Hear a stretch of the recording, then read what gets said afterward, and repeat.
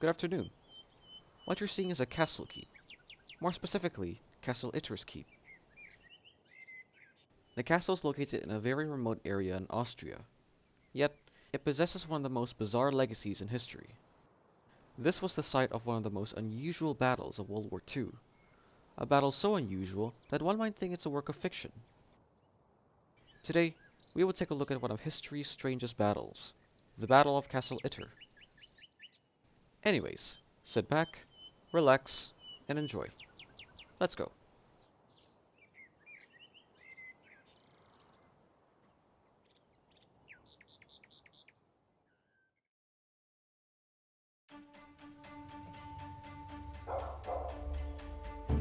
Kufstein, a small town within the region of Tyrol, Austria. Captain John C. Jack Lee sits atop his M4 Sherman, the Besotten Jenny. He and his men were awaiting relief from their comrades in the 36th Infantry Division. Suddenly, a Kubelwagen speeds through the streets of the town. One of its occupants, German Major Josef Gangl, is waving a white flag high in the air, which catches the attention of the American troops.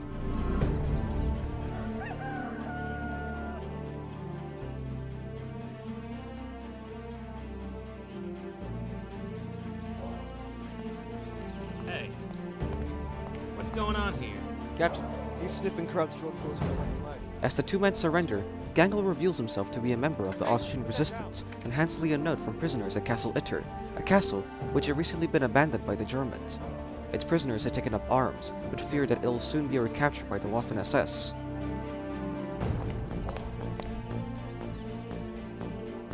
What's your name, crowd? Gangl. Josef Gangl.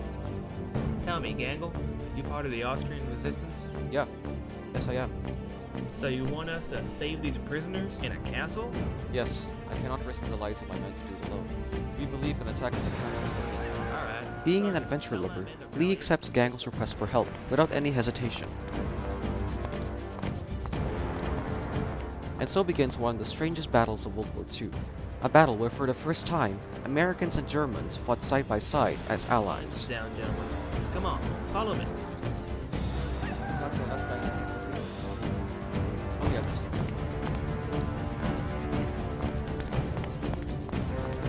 This is the Battle of Castle Itter.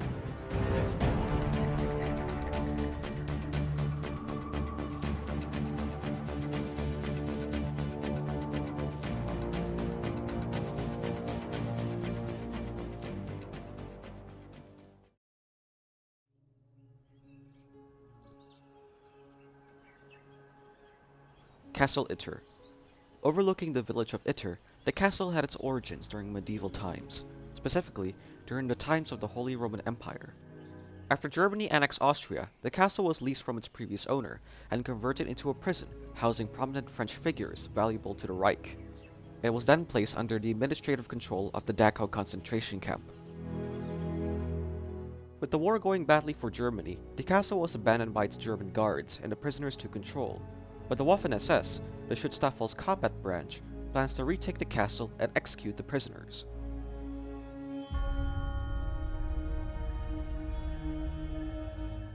The prisoners had dispatched Andreas Krobot, a Czechoslovak cook from the castle, to travel to the town of Virgil via bicycle, hoping to encounter the Austrian resistance.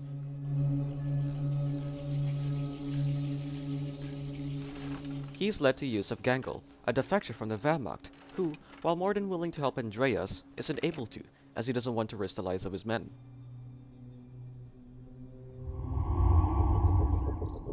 Josef Gangl was a former member of the Wehrmacht, Nazi Germany's military. He was part of an artillery division and fought in both the Western and Eastern theaters in Europe. Gangl was assigned to the town of Virgil, where he contacted the Austrian resistance and provided them with intelligence and weapons, ultimately defecting after defying an order to retreat.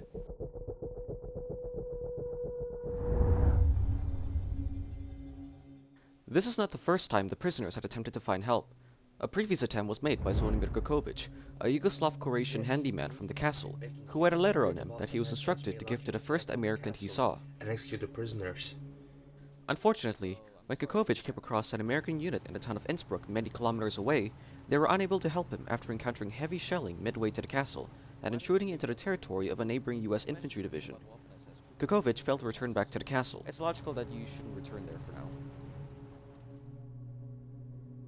With no other option, Gangle decided that the best way to rescue the prisoners is to seek help from the Americans. He plans to drive to them with a white flag and a note in hand, leading to the encounter with Johnson Jack Lee in Kufstein.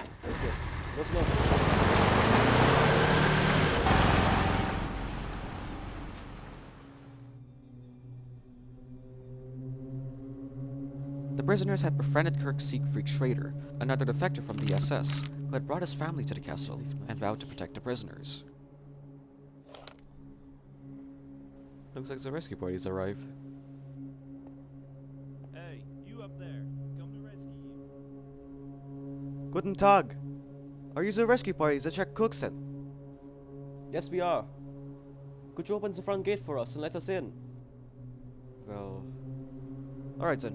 Wait for a moment. We will open the front gates for you. On their way to the castle, the group had to cross a bridge, which proved too unstable for the entire tank column to cross, leaving the besotten Jenny alone to reach the castle.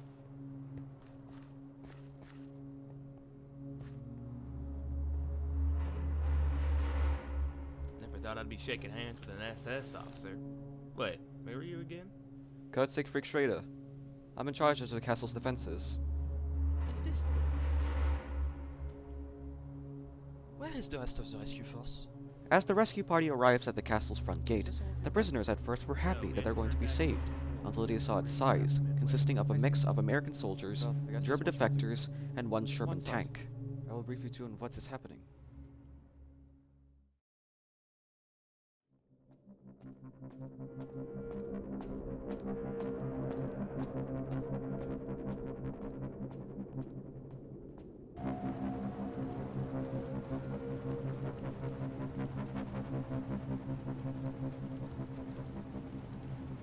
Früher habe ich immer mit meinem kleinen Bruder gespielt.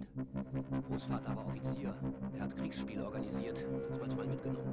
Okay, so As the sun sets, Lee, Gangle, and Schrader plan their defenses for the upcoming battle. the castle. My tank is parked at the entrance of the front gate. Gangle ordered his men to wear black armbands to distinguish themselves from the Waffen SS and prevent any friendly fire incidents. Lee ordered the French VIPs to stay within the castle.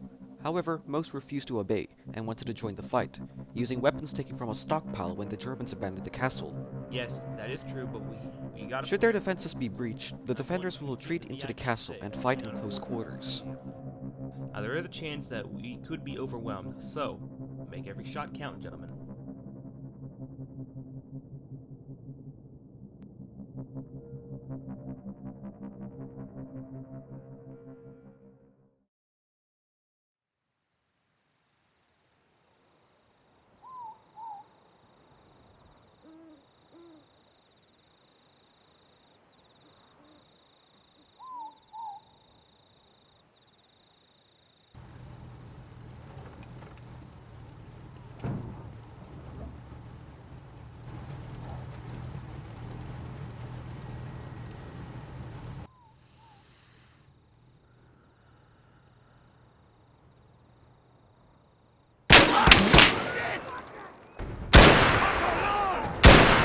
In the morning, a reconnaissance force of Waffen SS soldiers opened fire at the castle, sent to assess the defender's strength and find any potential weak points. The besotten Jenny's 50 caliber turret returns fire, followed by silence.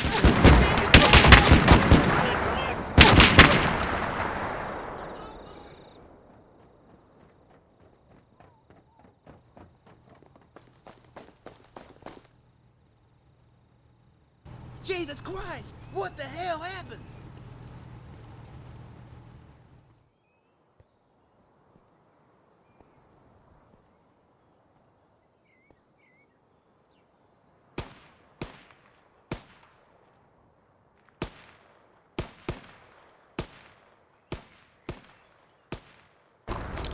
At around 8 AM, more gunfire erupted from another part of the castle.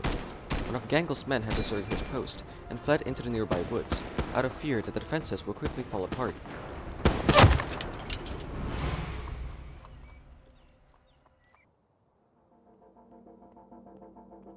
For the defenders, this was a disaster. The defector will likely tell the Waffen-SS about the strength of the defenders and any weak points in the castle.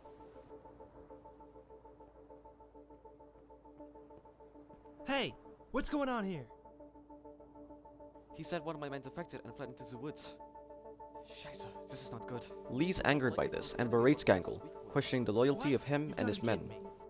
I thought I could trust your men, Gangle. Hey, don't blame me. I didn't know of his intentions to defect. He likely panicked, fearing execution. Look, now's not the time for arguing. We need to prop the castle's defenses if we're going to face an imminent attack. I'll keep a close eye on my men in case something like this happens again. Fuck. Lee then orders Gangle to inspect his men to prevent any further defections. Hey! What the hell happened? Lee then goes to the top of the castle keep, using his binoculars to spot any enemy positions. Dear God.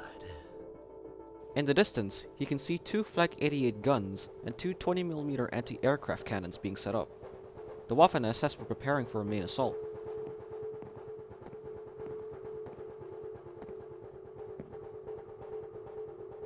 Hey Lee, I just called... Gangle, you need to see this. Huh?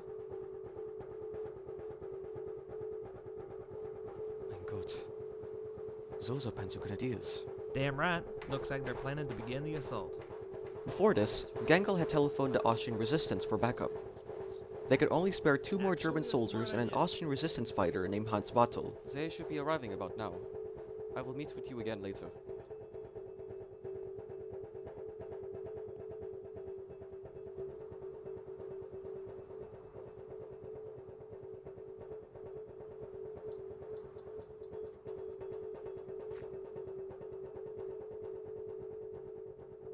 Ah, guten Tag, gentlemen. I'm glad that you 3 have arrived sooner than expected. Come, follow me. I'll brief you all on what has happened. They didn't even recognize me. I walked right up to them, screaming their names in their faces. Nothing. Nothing? She almost bit my fucking nose off. I had to hightail it out of there. Okay, gentlemen. This may not look like much, but we are currently on high alert. What I need you to do is... expect... Suddenly, one of the Flak 88s fired at the castle keep, destroying one of its rooms and sending masonry falling down. The main assault begins as the Waffen-SS swarm the castle. The Besotten Jenny provides machine gun fire from the front gate, keeping the Waffen-SS at bay from advancing further.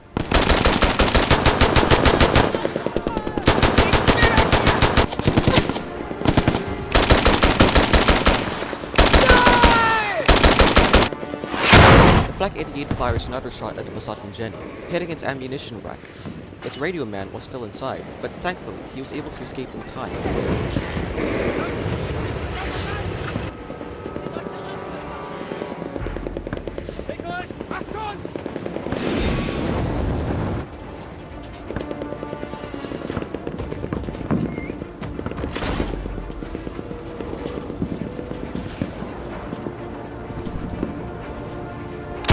Meanwhile, the defenders fend off the Waffen-SS from approaching the castle walls. The VIPs even went to help, despite Lee ordering them to stay inside the castle keep.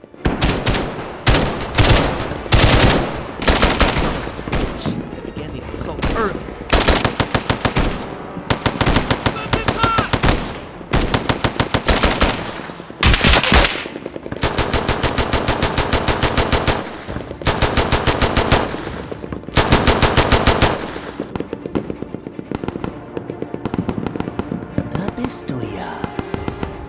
Meanwhile, Paul Reynaud was being reckless and exposing himself to enemy fire.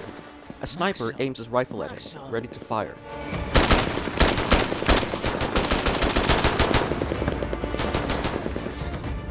Gangle rushes to push Paul Reynaud out of harm's way, but then... He's hit! the sniper fires. The bullet hits Gangle as he collapses to the ground. Gangle soon dies from blood loss as he closes his eyes for the final time, knowing that he sacrificed everything for the safety of his own men.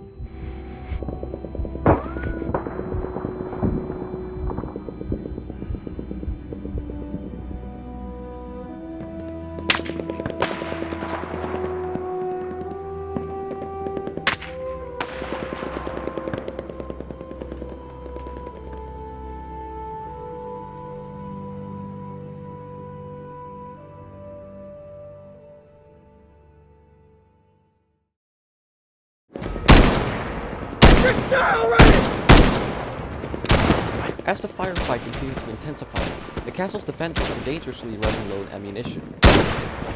Das seid ihre MG-Schützen! Auf sie! Zum Angriff! Das Nachladen! Word had reached the 142nd Infantry Regiment of the 36th Infantry Division, led by Johnny Kramers, about the defenders' plight. However, Lee was unable to tell the 142nd of their exact location, as their communications were severed.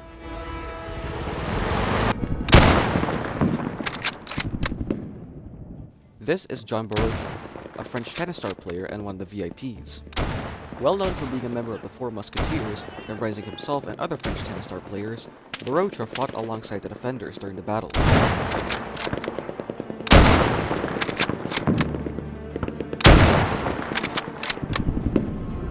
Realizing the deteriorating situation, Barotra goes to Lee with an idea.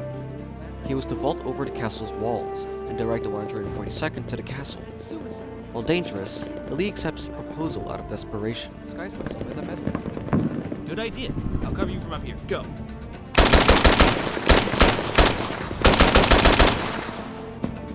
Barotra then disguised himself as an Austrian peasant and ran through the gauntlet of Waffen-SS soldiers laying siege to the castle.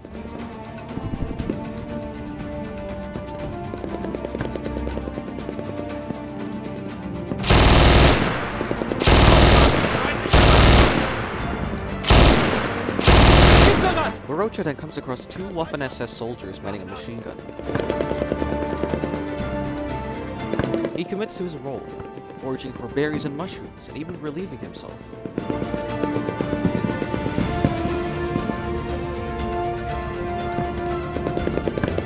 He manages to disappear into the surrounding forests.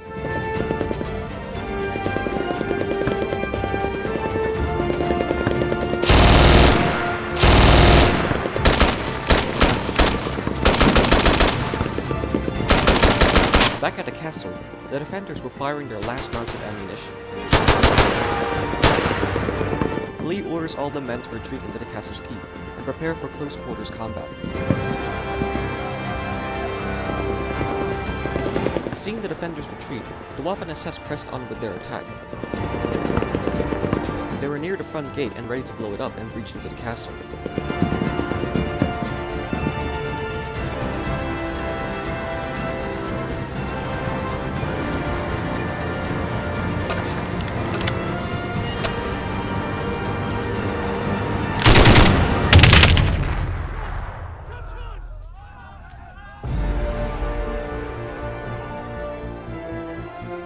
Fortunately, the 142nd arrived just in time. The Waffen-SS were soon outnumbered, and about 100 of them surrendered. Lee could see the reinforcements arriving and called off the retreat.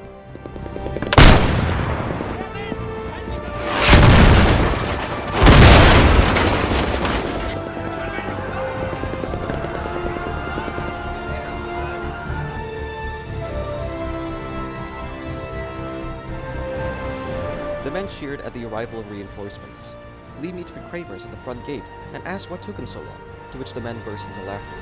So, what took you?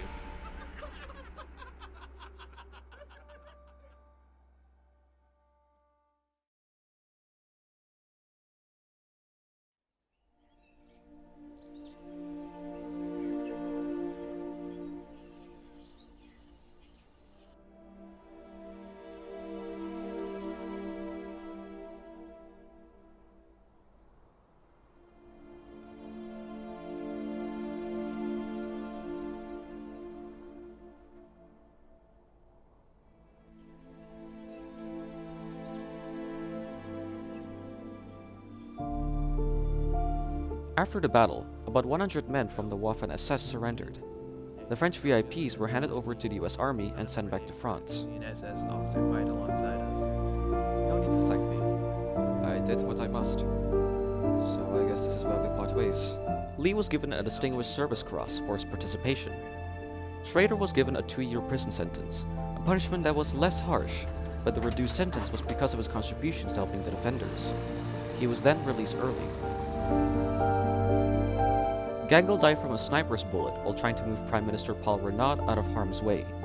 He's honored as an Austrian national hero.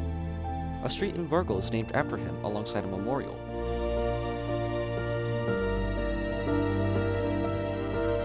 Today, the castle is now private property and not open to the public.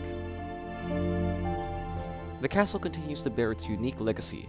The Battle of Castle Itter is regarded as one of the most strangest battles of World War II.